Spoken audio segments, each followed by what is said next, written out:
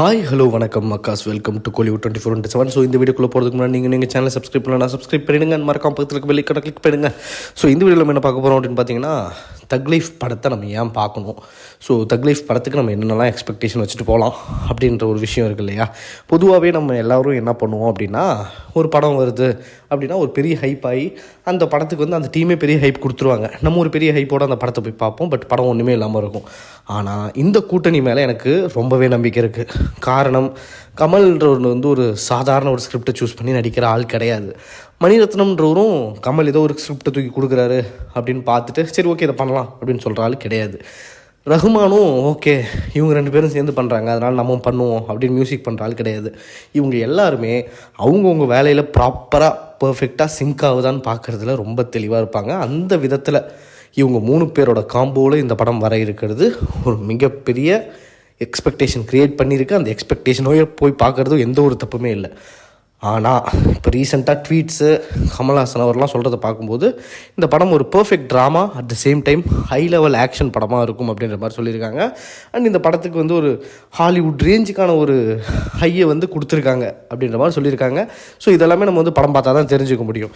So இந்த படத்தை expectation எந்த அளவுக்கு வச்சுட்டு போய் பார்க்கலாம் அப்படின்னா, நல்ல ஒரு எக்ஸ்பெக்டேஷன்லேயே போய் பார்க்கலாம். ஏன்னா நான் ஆல்ரெடி சொன்ன மாதிரி இந்த நபர்கள் அப்படிப்பட்ட நபர்கள், இந்த எல்லாருமே தக்கான நபர்கள். அதனால் இந்த படம் வந்து ஒரு நல்ல எக்ஸ்பெக்டேஷன் வச்சு போய் பார்க்குறதே ஒரு நல்ல விஷயமா இருக்கும்.